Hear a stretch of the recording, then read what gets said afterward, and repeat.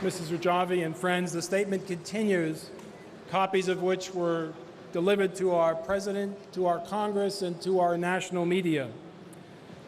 It continues, Mrs. Rejoui's steadfast message to political and religious leaders around the world over a period of many years is a 10-point plan for the future of Iran that would resolve Iran's most dangerous and destabilizing challenges.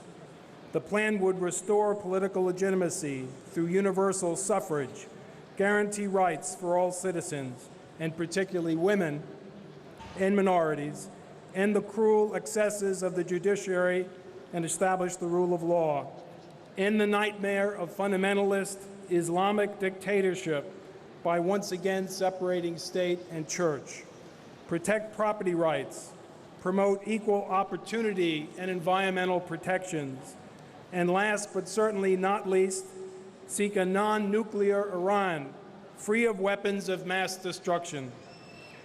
The idea that Washington should continue in 2015 to disregard a worldwide group of Iranians promoting such a platform is indefensible. The United States should be maintaining a vibrant and constant dialogue with the National Council of Resistance of Iran.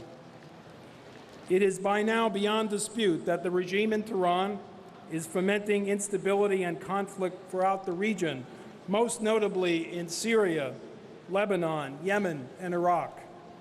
Its campaign to undermine stability was launched because the regime sought to enhance its influence throughout the region and because it feared the emergence of a more open political system in nearby countries that could revive the democratic forces behind the Persian Spring of 2009. Iran shares responsibility for the rise of ISIS. The phenomenon was cynically facilitated by Syrian dictator Bashar al-Assad and then Prime Minister Nouri al-Maliki in Iraq to divert the focus from their own divisive sectarian actions, supported by Iran, about which we have repeatedly warned in previous years. Iran's regime has sustained a leader in Damascus guilty of major war crimes against his own people, and in defiance of a presidential red line, a UN-brokered transition process, and the united stance of Arab League governments insisting on his departure. It has supplied military-grade weapons to Hezbollah, a Lebanese non-state actor, with the blood of American diplomats and Marines on its hands. It has supported and led sectarian militias in Iraq, assaulting Sunni villages and towns. It has provided long-range rockets to Hamas in Gaza, destabilizing efforts at a negotiated two-state solution.